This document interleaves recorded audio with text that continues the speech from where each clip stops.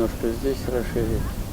Там расширить. Безопасность и комфорт на пляже в приоритете, отмечает Рустам Минниханов. Это пляж «Локомотив». Здесь сейчас открытые душевые, пара деревянных навесов, спасательный пункт и, по сути, все. Президент республики поручил проработать варианты благоустройства этого берега Волги.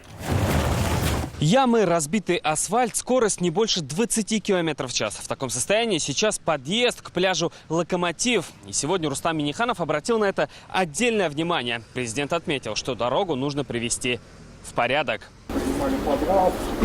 Уже в полном порядке и принимает прихожан после ремонта Азимовская мечеть. Поручил отреставрировать этот объект культурного наследия Рустам Минниханов еще в 2016 году. 5 лет работы и вот результат. Из бюджета республики выделили 31 миллион рублей. Мы теплоизоляцию сделали, не капает, но вот немножко подтекает. Казанский театр юного зрителя только в ожидании ремонта. Принято решение, что на его базе будет создан театрально-культурный комплекс. Проект развития сегодня представили президенту республики.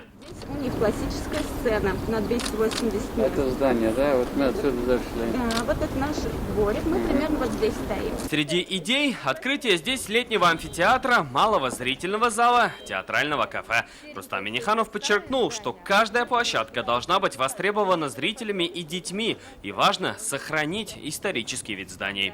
Все сделали по проекту культа. Это уже дом Челышева, объект культурного наследия середины 19 века. По поручению Рустама Минниханова в прошлом году здесь прошел капремонт. Здание принадлежит КФУ. Сейчас здесь проходят курсы для иностранных учащихся. Выставляли на обсуждение в интернете.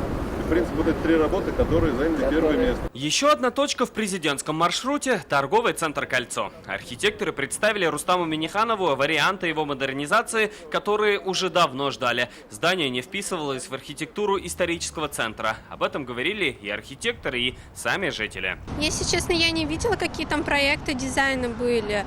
Но мне кажется, можно поменять. Ну, вы сами видите, как бы старое здание, ремонт бы, я думаю, не помешал. Вывески, ну и немножко обновить, может, фасады. Само, может, здание и красивое, но запущенное. Президент одобрил концепцию и поручил презентовать ее казанцам. И сегодня Рустам Минниханов проверил ход реставрационных работ в Гедуве. Зданию уже больше века, и оно входит в список объектов, которые находятся под особым контролем президента. Салават Мухаммадуллин, Игорь Романов, ТНВ, Казань. Наша рука помощи вашему бизнесу. Антикризисные предложения. Телефон 843 5 705 100. Көтелмәгән кунак көттөреп кенә интернет челтәрләренә дә килеп җитте. Хәзер бу фильмның барлык серияларын ТНВ.ру сайтында карап була.